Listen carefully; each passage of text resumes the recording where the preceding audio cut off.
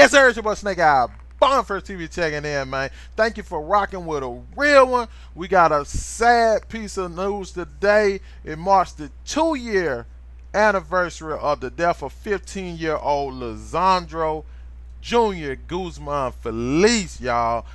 If you're new to the channel, make sure you like, share, and subscribe. And whatever you do in your life, don't play with that like button when you come to Bond First TV. Hey, this is one of the blogs that I did when I was first starting out Bond First. And it was one of the ones that I gave you hear the 2 bombs go off at the beginning, but I gave Junior 3 bombs. The story had riveted throughout the United States. Everybody was going crazy about who killed this 15-year-old child, Lisandro Junior Guzman Feliz. And you know, this is marking the 2 year anniversary. This is one of my biggest blogs that I ever done. I think it had like 240-something thousand views. I mean, everybody was tuning in, so I just wanted to give an update. Today, Saturday, marks 2 years since 15-year-old Junior has been deceased. Was killed in a brutal gang attack outside of Bronx, Delhi. Junior Feliz, who was mistakenly targeted as a rival gang member by a group of 14 men, all believed to be members of the Trinitarios gang, was supposed to have graduated from Dr. Richard Health and Science Charter School in the Bronx this week. This makes it even sadder. Junior's murder stunned the city with its sickening depravity and launched an international social media movement under the hashtag Justice for Junior that sought justice for the teen. Junior would eventually come, but justice would eventually come, Bond First. But as the NYPD detectives said last year, I don't think the family will ever recover in a case like this.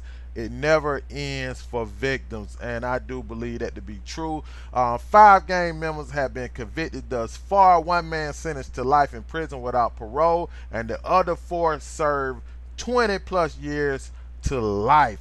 1 year ago, a vigil and a march were held as friends and family started at Junior's church, Our Lady of Mount Carmel.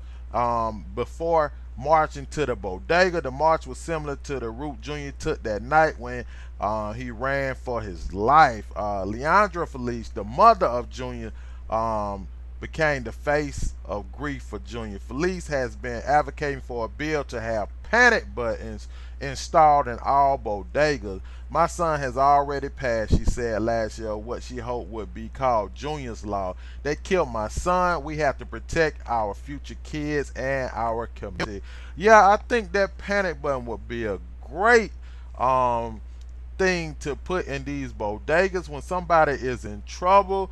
You know, a lot of people got on the bodega owner because when Junior jumped over the counter, you know, he didn't offer no help.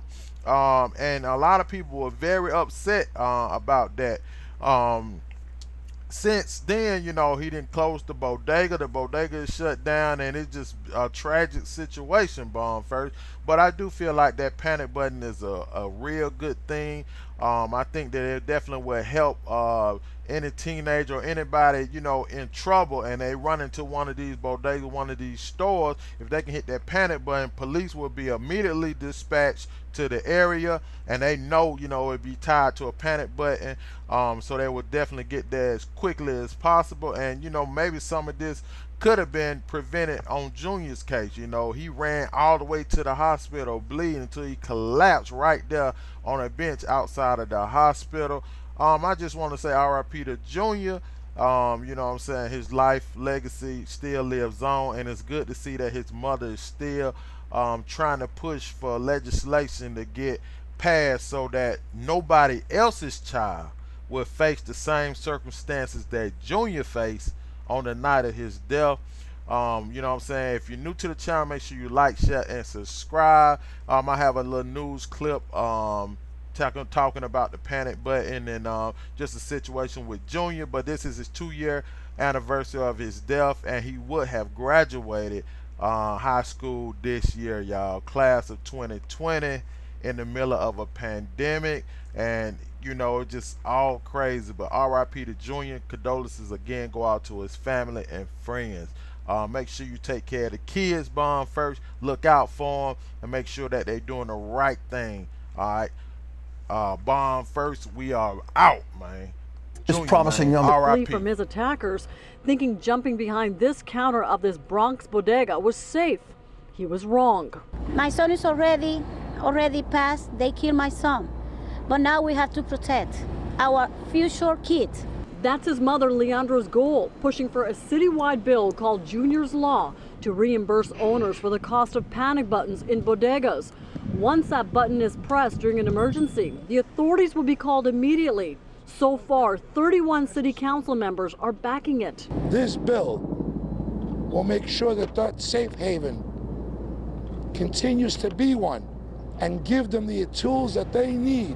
Officials say this bill is voluntary, and they say it'll cost business owners $600 to $1,000 up front to install these panic buttons. But again, that money will be reimbursed through this bill. But the big thing here, city leaders say, is that this bill will keep the entire community safe. But it'll protect bodega owners, employees. As we know, it's a cash business. This panic button is going to be to save life. The life costs more than $600.